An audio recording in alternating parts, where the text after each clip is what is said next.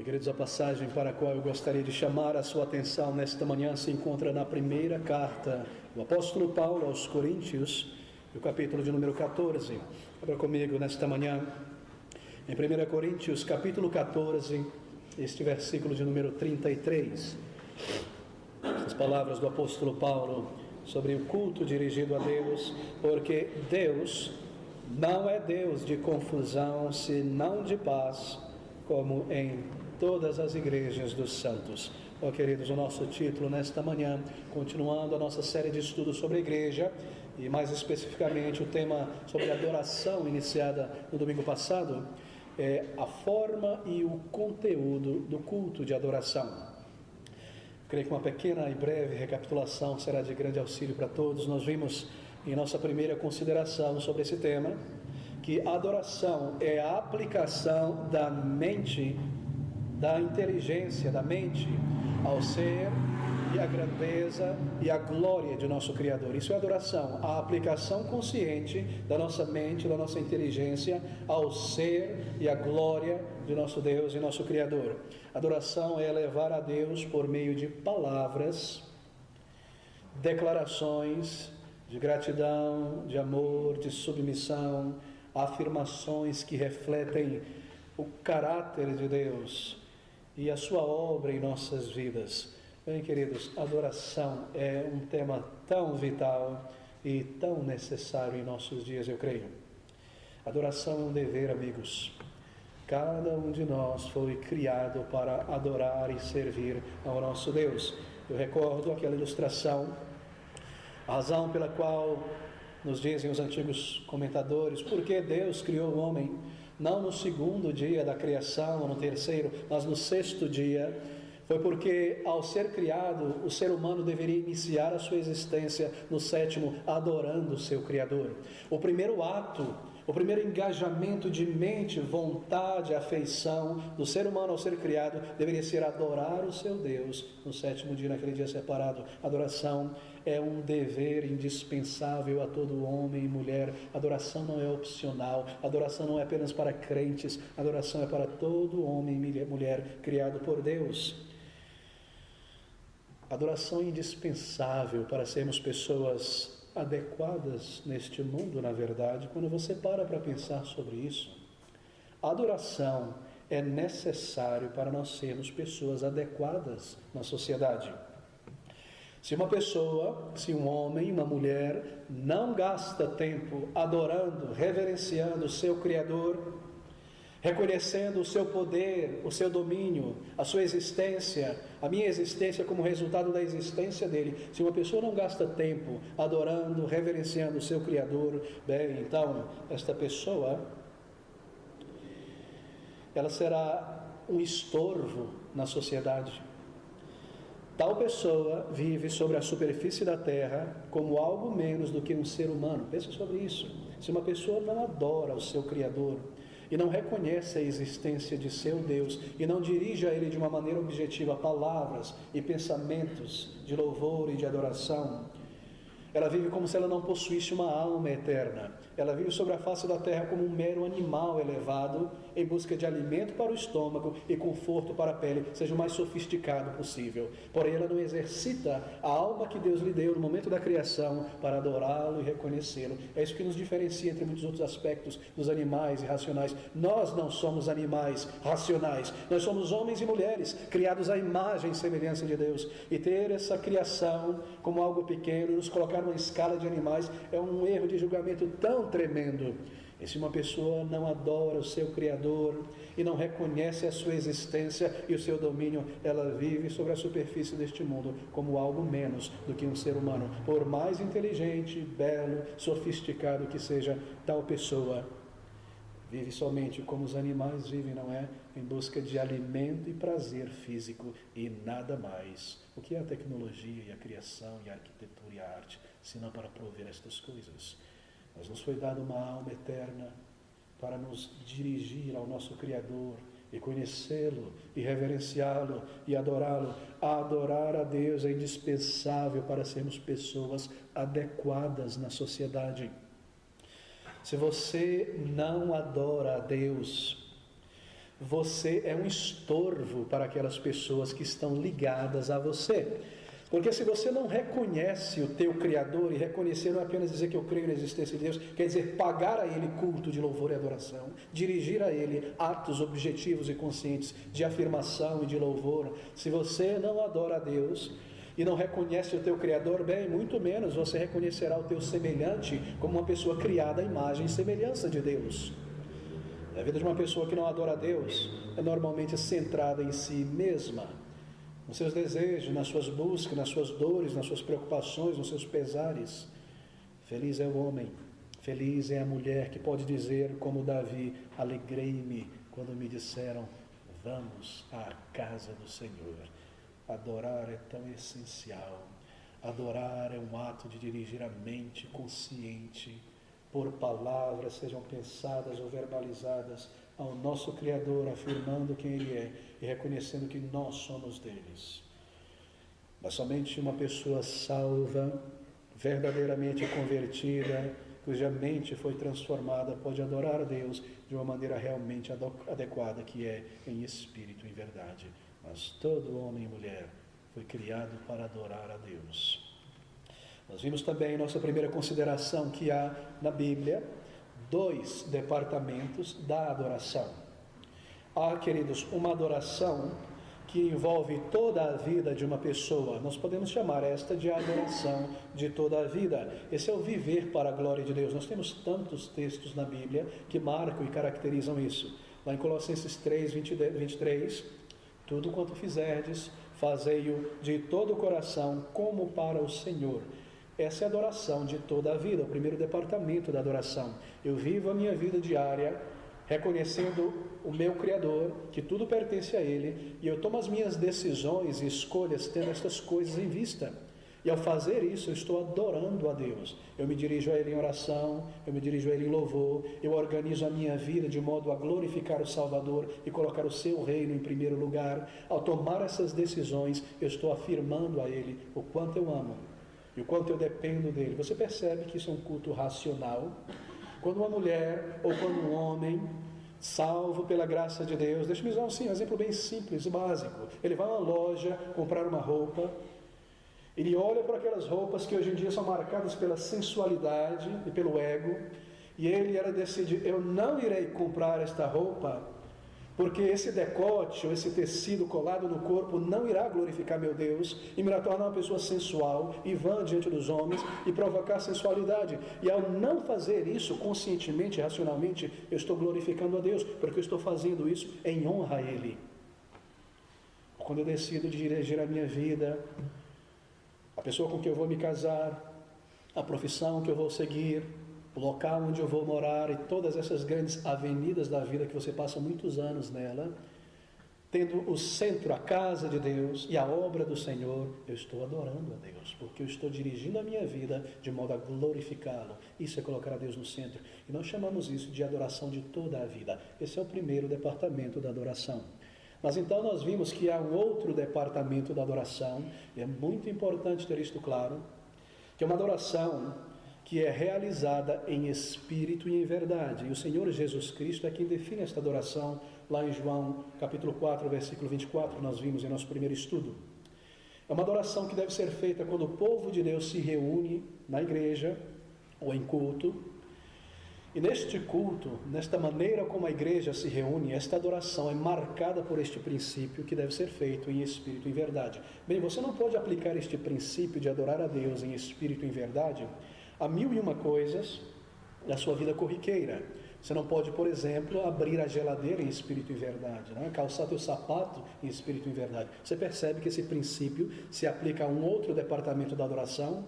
Aquela é a adoração de toda a vida. Mas quando nós nos reunimos na igreja para adorar a Deus, essa adoração está marcada, estabelecida por uma diretriz, um princípio que ela deve ser feita em espírito e verdade. E nós vimos que a adoração a Deus em espírito e em verdade é adoração pela mente, porque a mente é o palácio do espírito. É uma mente inteligente, consciente, eu quero dizer. É assim que nós adoramos a Deus. Nós dirigimos a Ele palavras, pensamentos. A edificação espiritual deve passar pela mente, não é uma questão apenas de sentimento. Nós vemos que o sentimento ele é secundário nesse elemento. É a mente que conduz o adorador e o sentimento vem junto. É a mente que se volta a Deus por palavras. Mas quais palavras? Bem, nós vimos que são palavras que fluem da verdade de Deus, porque a Bíblia é a verdade. O Senhor Jesus definiu isso. Ele disse: santifica-os, os discípulos, na tua verdade, a tua palavra é a verdade. Assim, a adoração em espírito e em verdade é uma adoração pela mente baseada na palavra. E nós dirigimos a Deus palavras, palavras que fluem da palavra de Deus. São palavras oradas, são palavras cantadas, é a palavra lida, é a palavra pregada. A adoração em espírito e em verdade na igreja é marcada por este princípio. E é tão importante definirmos isso, porque é aqui onde muitas pessoas tropeçam. É aqui que muitas pessoas não parecem compreender essa grande diferença. Elas dizem assim: pastor, se tudo que tem fôlego louve ao Senhor, e se eu toco a minha acordeon, por que eu não posso trazê-la para a igreja, e a minha banda, e o meu triângulo, e a minha sanfona, etc, etc, etc. Se eu posso fazer isso em casa, por que eu não posso fazer isso na igreja? E ao misturar esses dois departamentos da adoração, há tanto erro e tantas coisas estranhas que são trazidas para a igreja. E se eu sou uma pessoa boa na coreografia, por que não fazer um malabarismo na igreja? E coisas como essa. Na verdade, não. Na igreja do Senhor Jesus Cristo há um princípio. Sim, se eu posso tocar a minha flauta, o meu violão em casa, e cantar um hino, e orar, e parar e ler a palavra de Deus, muito bom. Mas na igreja, na reunião do povo de Deus, há diretrizes claras e estabelecidas para uma adoração aceitável a Deus. E nós vimos também que isso é muito importante, esses dois departamentos. Nós vimos que é o Senhor Deus quem define a sua própria adoração. É claro que é.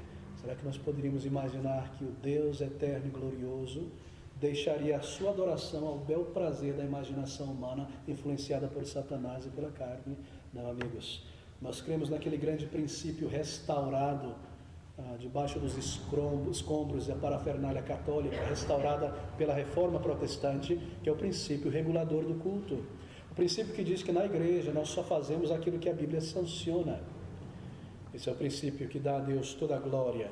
Somente Deus tem a autoridade de requerer e estabelecer em sua adoração aquilo que Ele deseja. Então nós vimos que a adoração são essas palavras, não é? Lá em Apocalipse 4 e 5, cantadas, oradas, lidas, pregadas. Mas na oração, ou melhor, na adoração em espírito e em verdade, nós vimos também que essa adoração, ela não é apenas um louvor. A adoração não se resume apenas ao louvor. Sim, o louvor certamente é algo de grande apreciação e estima entre o povo de Deus. Mas a adoração a Deus por meio de palavras cantadas, nós chamamos de louvor, embora tenha sempre sido a joia preciosa na adoração do povo de Deus, nós recordamos que a adoração não é apenas louvor. Cada parte do culto é adoração. Do momento em que nós entramos na igreja ao final do culto, isso é adoração. Adoração em espírito e em verdade do povo de Deus em reunião na igreja envolve muito mais do que o louvor cantado. Envolve a oração, envolve a leitura pública da palavra de Deus. Deus é glorificado e adorado quando Ele é buscado pelo seu povo em oração. Ele é adorado por meio de orações dirigidas a Ele.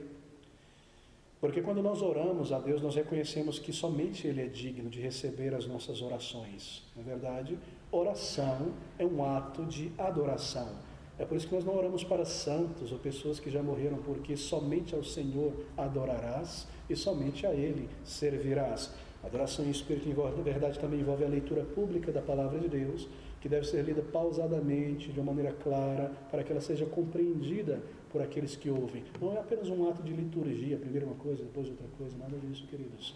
Adoração envolve também a pregação da palavra de Deus. E nós vimos que a pregação da palavra de Deus, ela deve ser feita segundo regras estabelecidas pela palavra de Deus. Ela deve ser o texto exposto. Isso é chamado de pregação expositiva. O pregador, ele deve explicar o que a palavra está dizendo e aplicar. Essa é a pregação onde a palavra de Deus fala.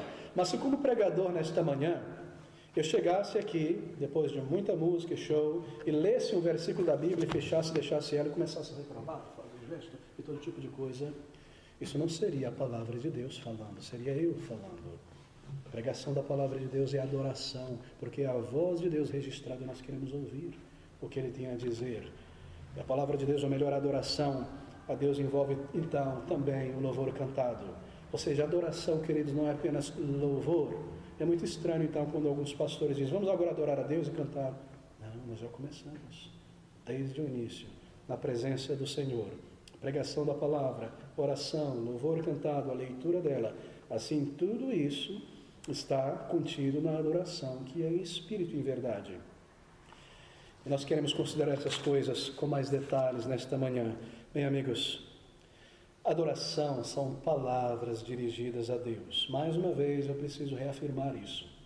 Sejam palavras cantadas, oradas, a palavra lida ou a palavra pregada. E todo o conteúdo dessas palavras que nós dirigimos ao Senhor, elas devem fluir das verdades da palavra de Deus. Assim, quando nós oramos palavras dirigidas a Deus, nós estamos dizendo a Ele aquilo que nós aprendemos aqui, que Ele é santo e glorioso, que nós somos salvos por Ele, que nós arrependemos dos nossos pecados. Ou seja, o conteúdo, a essência de nossas palavras deve refletir essas verdades. E quando nós louvamos cantando, o conteúdo das nossas palavras dirigidas ao Senhor na adoração cantada deve refletir as verdades da palavra de Deus, elementos do caráter de Deus e dos atributos de Deus e da experiência da vida cristã e tudo o que ele significa para nós, esses grandes sentimentos que nós vemos aqui do povo de Deus adorando ao Senhor.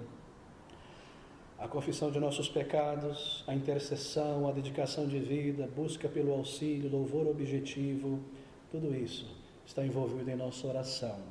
Assim, pregação são palavras e adoração é mais do que o louvor cantado. Bem, eu creio que essa introdução foi um pouco longa, mas me entristece às vezes quando nós visitamos uma igreja ou outra em viagem, ou mesmo aqui em São Paulo, e ali há uma congregação que tem um nome, um título de ser uma congregação histórica, sabe?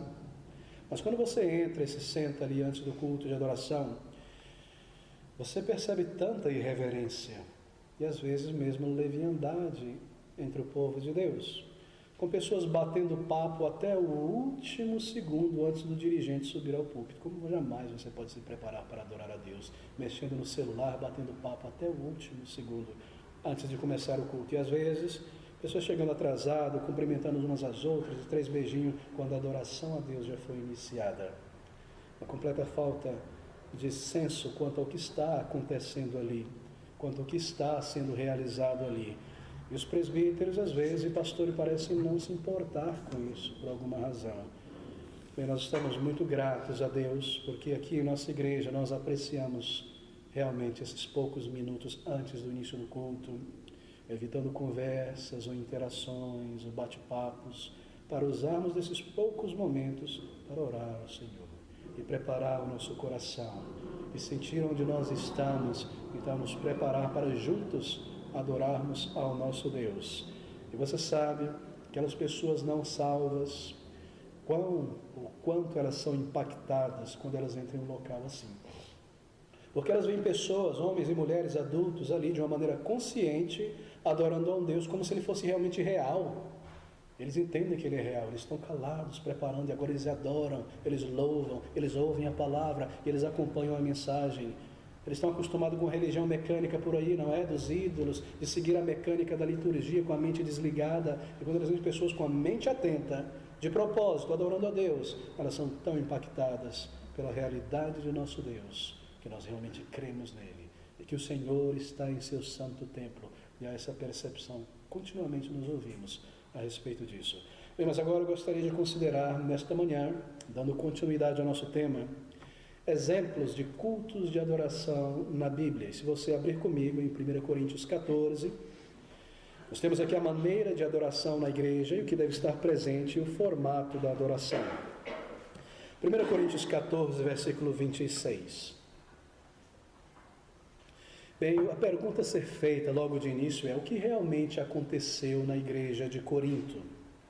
Porque Paulo inicia dizendo: o que fareis, pois, irmãos? Uma melhor tradução seria: o que vocês estão fazendo, irmãos? Uma pergunta, um inquérito aqui. Não o que fareis, mas o que vocês estão fazendo, meus irmãos. O que realmente acontecia ali? Bem, quando nós lemos esse texto, do início do capítulo até o final, nós concluímos que Paulo está lidando aqui com um culto de adoração. E esse versículo de número 26, ele é fundamental para nós entendermos esse texto. Nós já fomos muito a fundo nesse capítulo 14, alguns anos atrás, ao lidarmos com o tema de línguas estranhas, o significado delas, sua utilidade, como elas funcionam. Nós passamos por esse capítulo em 3 mensagens, mas o contexto aqui é a adoração.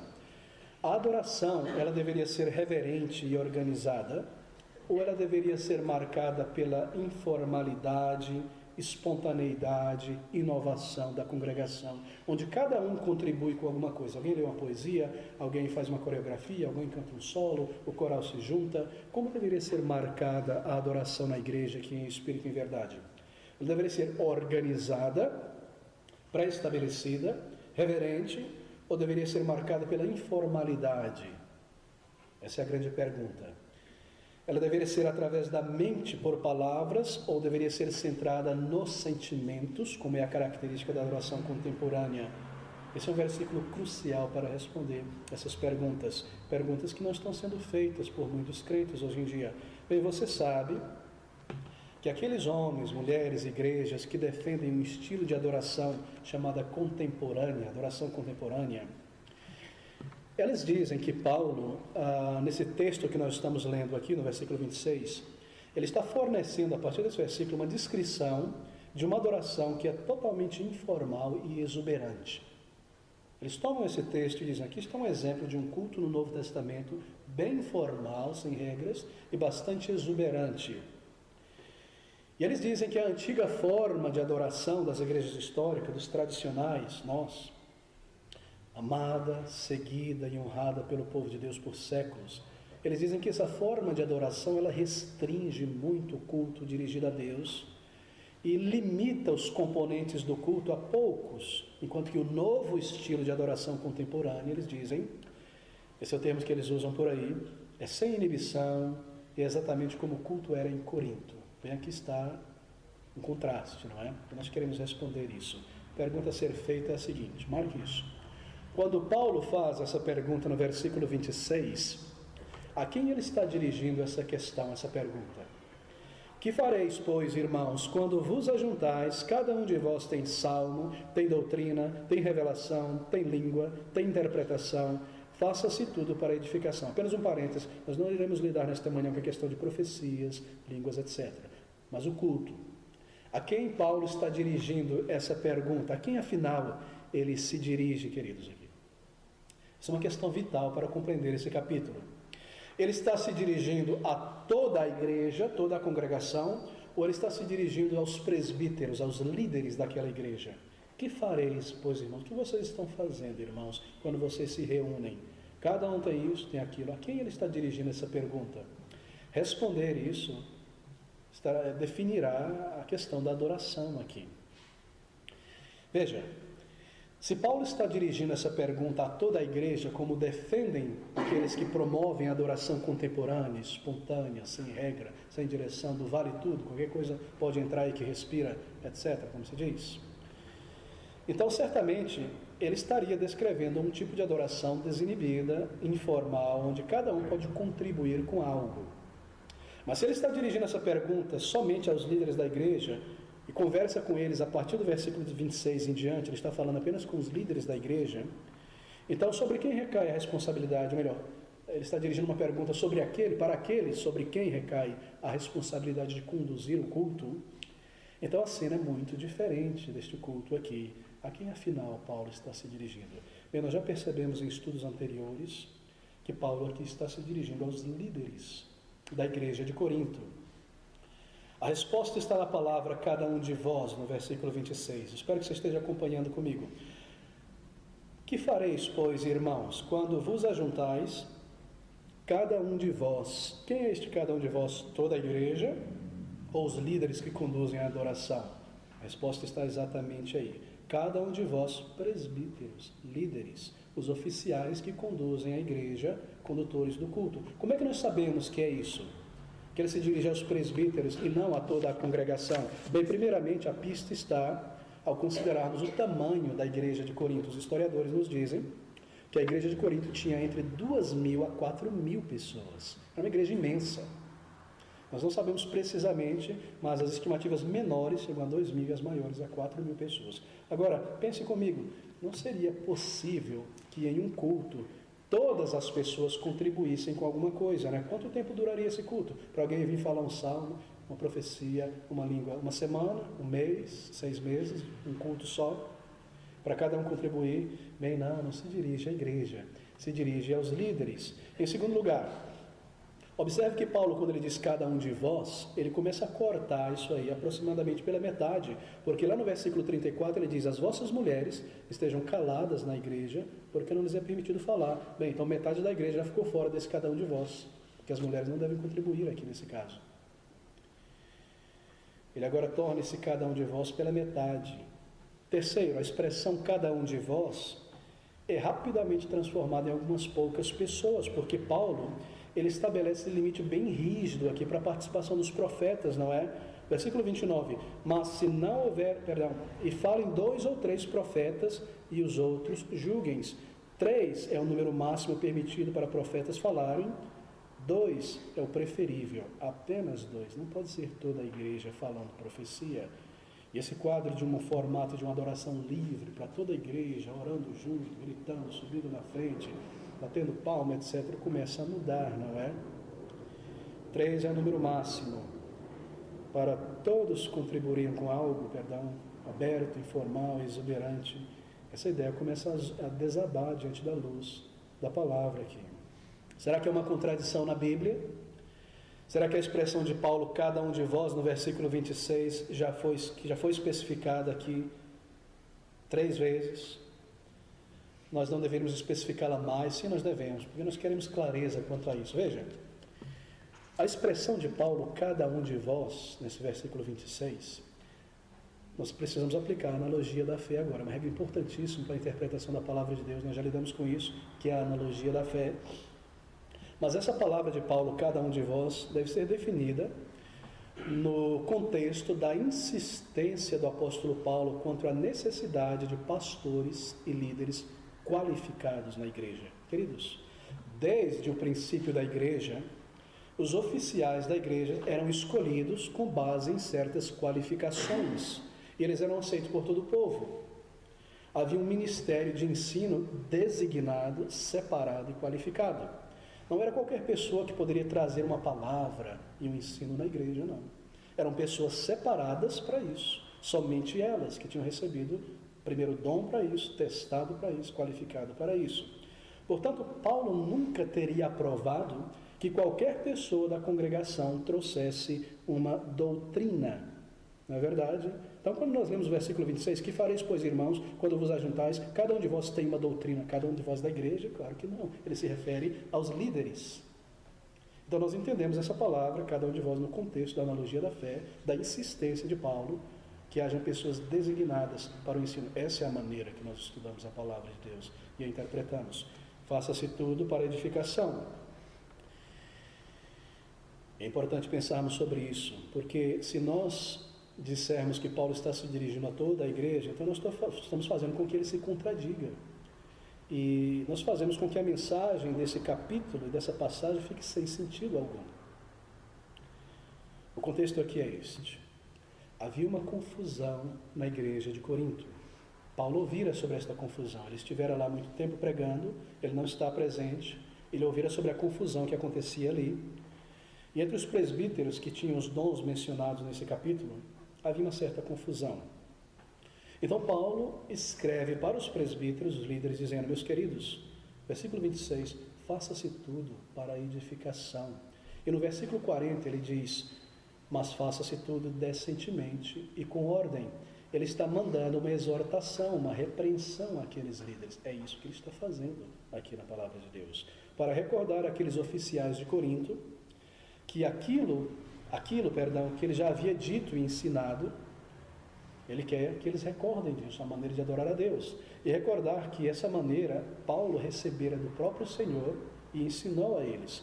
Tudo que Paulo ensinou às igrejas, ele recebeu do próprio Senhor Jesus. Ele nos diz aqui, no capítulo 11 de 1 Coríntios, o que eu recebi do Senhor, também vos ensinei.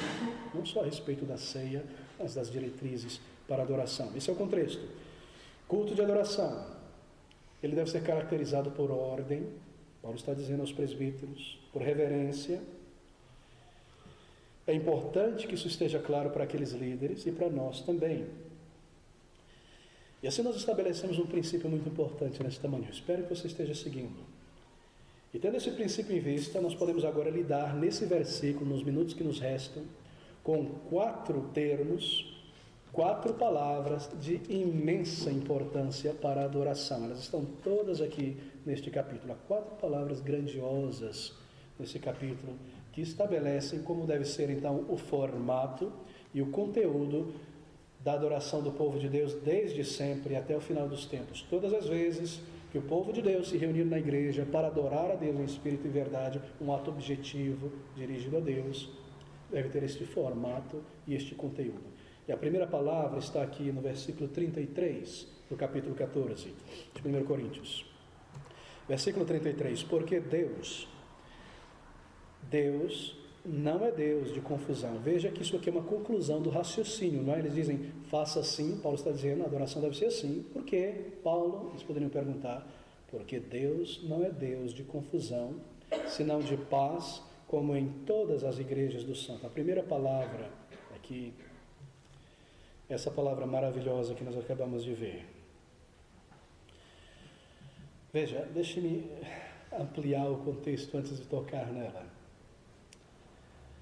Paulo não está simplesmente dizendo àqueles irmãos, acabem com essa algazarra, eu não gosto disso.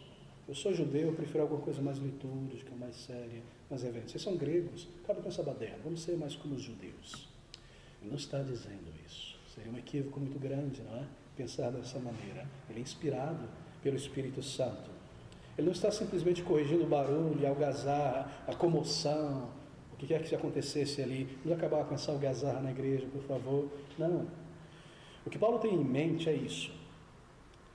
Deus não é Deus de confusão, senão de paz, como em todas as igrejas.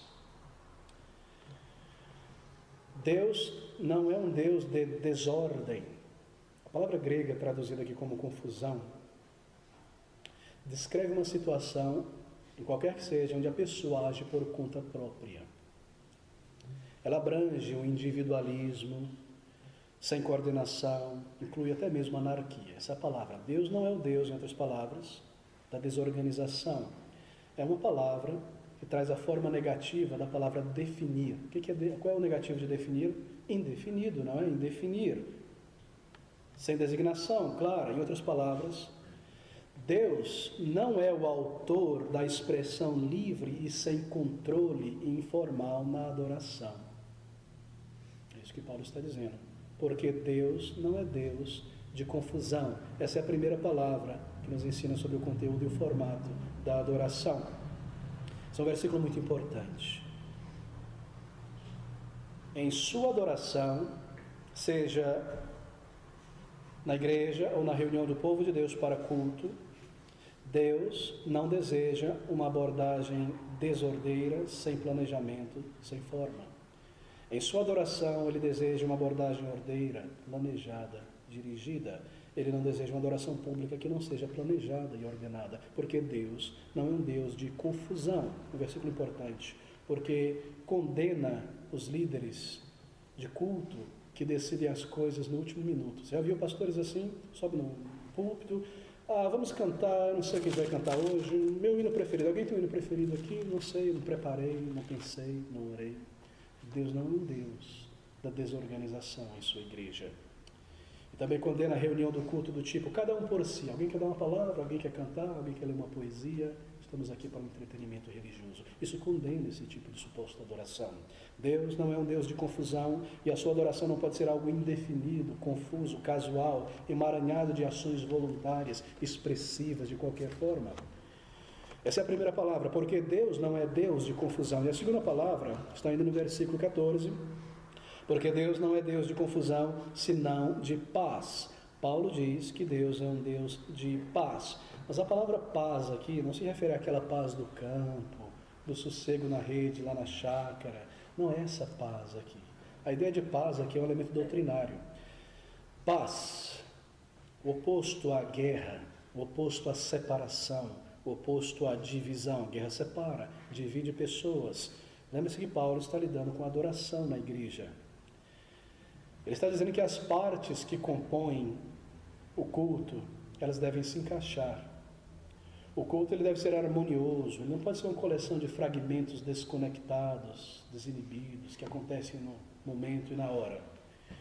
Bem, o culto deve ser um culto unido, essa é a ideia, organizado, bem preparado. Um culto organizado deve ser feito. Agora, esse culto organizado ele não significa o que alguns ensinam por aí em alguns seminários, que a igreja tem que ter um culto temático, no qual cada hino, cada leitura, cada oração tem que estar de acordo com o tema que em breve será abordado no sermão. Não é essa a ideia. Significa que todos os componentes bíblicos da adoração devem, por necessidade, estar presentes neste culto de adoração. Todos aqueles componentes bíblicos que fazem parte da adoração devem estar presentes, devem estar ali, visíveis, naquele culto. Naquele culto haverá a oração objetiva dirigida a Deus, conduzindo a igreja em oração. Haverá confissão de pecados, porque isso é parte do culto. Haverá ação de graça subjetiva e gratidão. Há grandes doutrinas que serão ensinadas e exaltadas, a exortação, a conforto, a disciplina. Cada parte do culto bíblico deve estar presente neste culto que é organizado. Também existe aplicação nesse culto, a transformação de corações, a devoção, há um lugar para intercessão, todos os elementos representados em culto organizado, diz Paulo. Aquilo que o Senhor exige deve estar presente na reunião do povo de Deus. Essa é a segunda palavra. Deus é um Deus de paz. E o contexto é adoração e seu culto. Isso deve ser assim. Mas há uma terceira palavra aqui neste versículo 14 ainda. Mas aparece, capítulo 14, mas aparece no versículo 40. Ele diz: mas faça-se tudo decentemente e com ordem. Essa palavra decente ou decentemente é uma palavra grega que é usada em muitos aspectos da vida em geral. Quer dizer algo bem moldado. Os pregadores do passado costumavam usar o exemplo do oleiro, tendo uma massa de argila ali, tentando dar uma forma bem moldada a um vaso. Essa é a ideia da palavra grega, essa ilustração que tem sido usada. O que significa dizer que o culto a Deus, a reunião do povo de Deus adorando o Espírito em verdade, deve ser bem moldada. Isso consolida o ponto anterior. Não é? O culto precisa ser bem organizado, equilibrado, em proporção. Isso é bem moldado. Um oleiro, quando ele trabalha o vaso, ele vai dar uma proporção correta, bem balanceada, ele vai fazer um pescoço maior e a base menor. Isso vai ser um objeto útil, bem moldado, bem balanceado. Ele busca proporção, ele busca harmonia. Ele não faz o topo maior do que a base ou coisas como essa. Não sei que seja um objeto estético para arte moderna, útil lá, mas se for para a utilidade da vida diária, não é? Então deve haver proporção, molde, feito decentemente, bem moldado. Assim, amigos, um culto de adoração a Deus, do povo de Deus, não deveria apenas conter todos os componentes devidos, mas esses componentes devem estar misturados em uma proporção bem moldada durante o culto. O culto não é um entretenimento, mas um equilíbrio de temas espirituais inteligentes. Assim, se eu tenho 1 hora de louvor cantado e 5 minutos de palavra, então esse vaso vai estar todo desproporcional. É como uma pessoa que vai para a academia e só exercita o braço direito, fica desse tamanho, outro bracinho aqui e a perna fica. Você já viu isso? É uma coisa bizarra. O culto a Deus deve ser proporcional. Deve haver confissão de pecados. A palavra deve ter o grande centro. Deve haver oração dirigida ao Senhor, deve haver louvor. Ele deve ser bem moldado, bem dividido, bem proporcional. Assim é o culto que deve ser dirigido ao Senhor nosso Deus. Também deve ser apropriado para as coisas sagradas, não coisas mundanas e profanas. Nós estamos lidando com um Deus santo, um Deus glorioso. Deve ter caráter reverente este culto. Deve ter a glória do Senhor, deve ter certeza de fé, alegria na presença do Senhor, um senso de temor para não desonrá-lo. Tudo isso deve fazer parte do culto a Deus, e nós aprendemos aqui. Mas há ainda uma outra palavra importante para a adoração nesse versículo 40, mas faça-se tudo decentemente e com ordem. Essa é uma expressão poderosíssima aqui na palavra de Deus. Ela fala da necessidade de uma ordenação específica na adoração. Ordem na adoração significa que o culto é organizado de acordo com as regras e diretrizes e o padrão da Bíblia, porque tudo se submete à Bíblia. Eu não poderia nessa manhã chegar com o meu gosto, aquilo que eu gosto, meu estilo de música e de entretenimento e fazer as coisas. Há pessoas nécias que caem nessas coisas, elas não sabem que estão desonrando a Deus. E nós temos a ceia do Senhor, por exemplo, eu já vi isso acontecer algumas vezes. E nós aprendemos que a ceia do Senhor é a ceia do Senhor.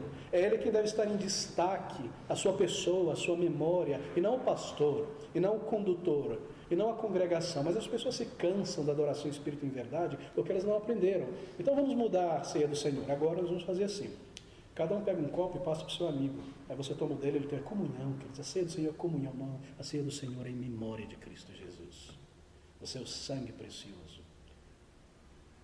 Mas eu estou cansado desse negócio, vamos ajoelhar diante do pão, ou quebra o pão, dá para ele, um copo só, vai passando e volta para lá. Vamos mudar as coisas, anda, canta, ora primeiro. Quantas coisas estranhas centradas no ser humano. Será que não há um princípio por trás do que nós estamos fazendo? Porque será que a igreja tem se perdido de tantas formas na adoração? Porque o povo de Deus não tem aprendido os princípios da palavra de Deus. Então hoje é tudo uma questão de gosto, de copia ali, copia acolá. Nós já observamos tanto da Europa, vamos criar uma adoração brasileira com tamborim, com a sanfona, com o forró, o que quer que seja. Que coisas loucas e nocivas são trazidas para a igreja. Por argumentos estranhos, nada de palavra de Deus. Uma palavra tão poderosa, ordem, na casa do Senhor, na adoração do Senhor. Inovação é excluído. Criatividade humana está excluído, exibicionismo está excluído, entretenimento está excluído. Na adoração não deve se buscar originalidade, todos os princípios estão estabelecidos. Vamos cantar de pé, vamos plantar bananeira, canta abraçando teu irmão. Acabe com isso, queridos. Adoração vertical, dirigida ao Senhor.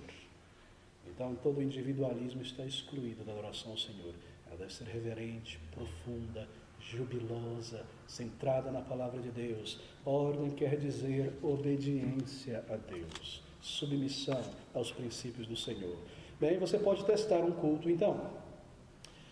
E quando você visitar uma igreja, você deve perguntar a si mesmo: será que essa adoração hoje aqui neste local está de acordo com aquilo que a Bíblia prescreve? O que o Senhor Jesus diria? Será que nós poderíamos imaginar Paulo conduzindo este culto? Fazendo isso que o pastor está fazendo, aquele irmão está fazendo, ou aqui. Essa é uma questão vital. 4 palavras, 4 padrões para adoração na casa de Deus, que provam que um culto de adoração deve ser bem planejado, harmonioso, boas proporções, adequado e em conformidade com as regras de Deus.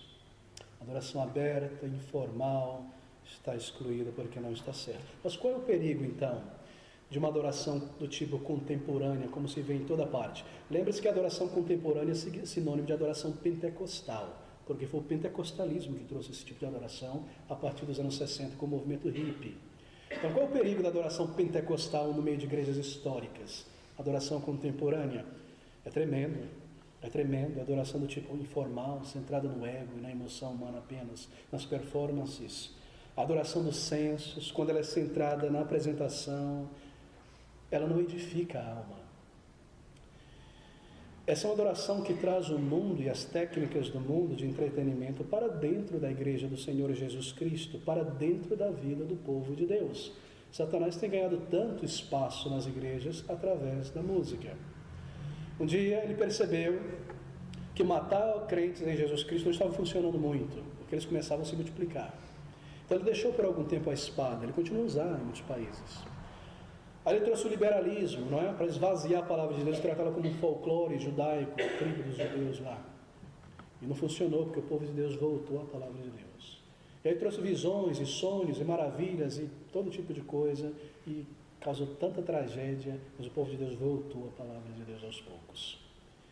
Então ele percebeu que o ecumenismo seria uma boa maneira, juntar as mãos do catolicismo romano com a igreja evangélica por meio de ações sociais, culto ecumênico, todo esse tipo de coisa, formatura, etc. Ele viu que ele foi muito rápido e o povo percebeu. Então ele parou para calcular e pensar, e ele descobriu que ele deixaria esses métodos para depois e que ele conseguiria trazer o mundo e o mundanismo para dentro da igreja de uma outra maneira, através da música.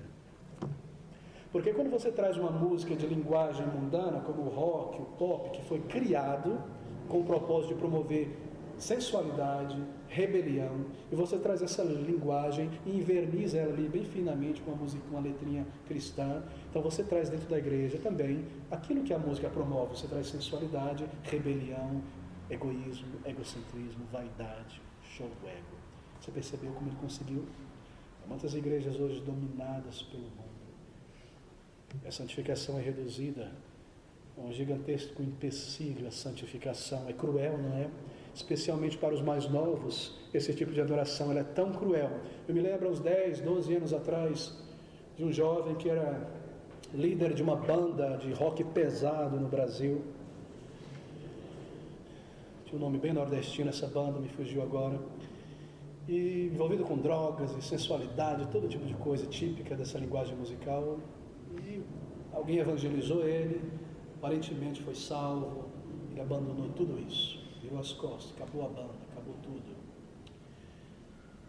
E quando uma pessoa é salva, o primeiro instinto natural dado a uma pessoa salva pelo Espírito Santo é um desejo profundo e vigoroso de santificação. Você sabe muito bem disso. Quando você foi salvo, aqueles CDs foram para o lixo. Aquelas roupas você lançou fora, aquelas amizades, aquela linguagem, é uma obra do Espírito Santo de Deus santificar. E esse jovem começou a se livrar de tudo aquilo que era desagradável a Deus, que a consciência dele dizia, mesmo sem ter aprendido a palavra de Deus ainda. Até um belo dia, visitou uma igreja contemporânea, na música, e o pastor daquela igreja disse: meu querido, tudo que tem fôlego, louve ao Senhor, volte a usar o teu dom para a glória de Deus e o rock and roll traga de volta. Jesus está aí. Mudou de um palco para outro, tatuou Jesus aqui, etc. Todo o estilo do rock and roll visível. Você percebe quão cruel e aquele instinto dado pelo Espírito de Deus para a santificação. O indivíduo é salvo, ele entra numa igreja, sabe que ele vê o rock pesado, quebrado, sensualidade. Isso contradiz. Porque ainda embora possa ser uma boa palavra, a mídia, o meio está dizendo a ele: tudo bem ter uma boa doutrina aqui e viver da maneira que eu quero no mundo. E ouvir o que eu quero. Não é isso que está sendo dito. Você percebe quão nocivo essas coisas são e quão cruel ao recém-convertido. Oh, amigos, aqui está o perigo. Um Deus glorioso, um Deus santo, uma vida transformada. O estilo de música é tão desonrável a Deus, um grande bloco no caminho da santificação. E assim Satanás tem tido tantas vitórias em sua luta para tornar crentes em pessoas carnais, estéreis em sua vida cristã, pessoas sensuais em suas maneiras, egocêntricas, por meio da adoração egocêntrica. Muitas pessoas dirão que a adoração da qual elas participam em sua igreja é correta, simplesmente porque as fazem sentir bem consigo mesmo. Ou eu me sinto bem aqui, eu acho que o Espírito está operando, eu me sinto bem, eu sinto que o Espírito está aqui, a emoção, a choro, a vibração, a gritos de aleluia, o ambiente descontraído. Ela simplesmente não percebe que ela está na mão da engenharia musical e das cordas e da voz mansa, algo preparado para comover e levar lá onde eles querem. Mas nós não devemos esquecer que sentimentos religiosos são bastante enganosos muitas vezes. Existe um tipo de empolgação natural no ser humano que é causado em qualquer pessoa ouvir música emotiva, evangélica e assistir espetáculos religiosos. Mas essa empolgação não é verdadeira devoção dirigida a Deus. Essa empolgação é emoção forte, contagiante, apenas enquanto o culto dura. Mas assim como ela veio, ela vai. E na segunda-feira, as pessoas não têm poder para lutar contra o pecado. Estavam tão cheias de emoção durante o culto e tão carregadas, mas voltam às velhas vidas de desobediência a Deus e de pecados durante a segunda-feira. Ela não te dá vigor para lutar contra o pecado, porque não edifica a sua mente. A edificação é pela palavra, através da mente. Ela não te fortalece na fé, na santificação, mas ela te leva de volta ao mundo sutilmente. Bem, o que a verdadeira adoração bíblica causa em uma pessoa? Deixa-me concluir aqui.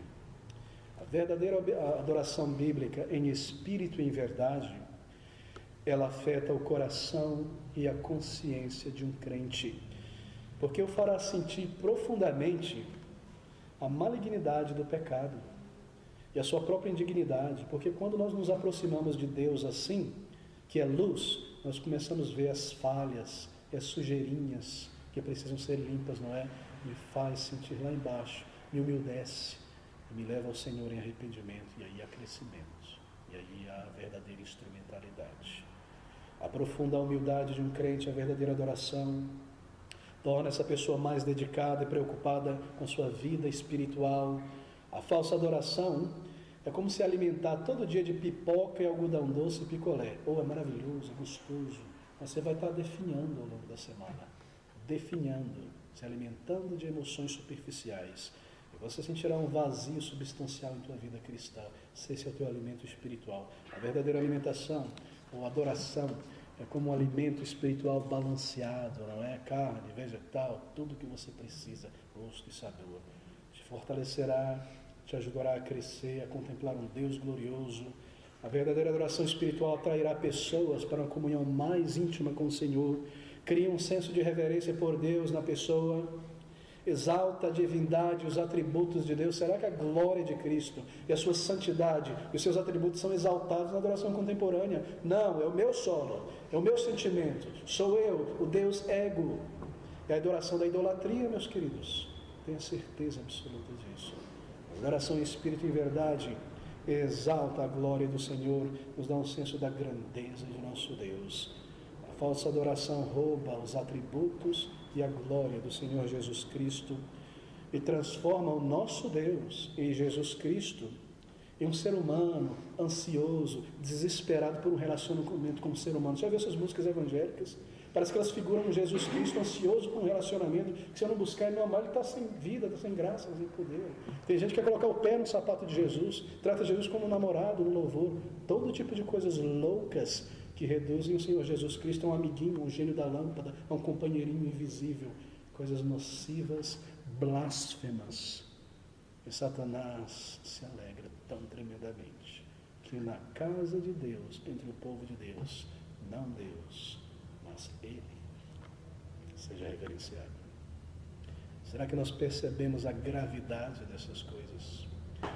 A verdadeira adoração espiritual e espírito em verdade amplia continuamente o conhecimento de um crente, porque se eu canto a palavra, ouço a palavra, estudo a palavra, oro segundo a palavra, em momentos de dificuldade a palavra virá com tanta força à nossa mente, você começará a ter alegria simplesmente louvando o Senhor pela palavra. Você experimentou isso? Proporcionará vigor, consistência, clareza, direção. O verdadeiro adorador saberá gradativamente mais e mais das doutrinas da fé e da vontade de Deus. Há vigor, queridos. A falsa adoração não permite que o crente vá além do básico. É triste ver isso. Ano após anos, aquele crente parece que não cresce, não há crescimento espiritual. Você o vê, depois de 7 anos, ele continua com as mesmas práticas mundanas, as mesmas dúvidas básicas sobre a fé, sobre a doutrina. Não houve crescimento em tantos anos. Será que essa adoração tem edificado alguém? Não te permite crescer. 10 anos passaram, as mesmas dúvidas doutrinárias, a mesma incompreensão sobre a vontade de Deus.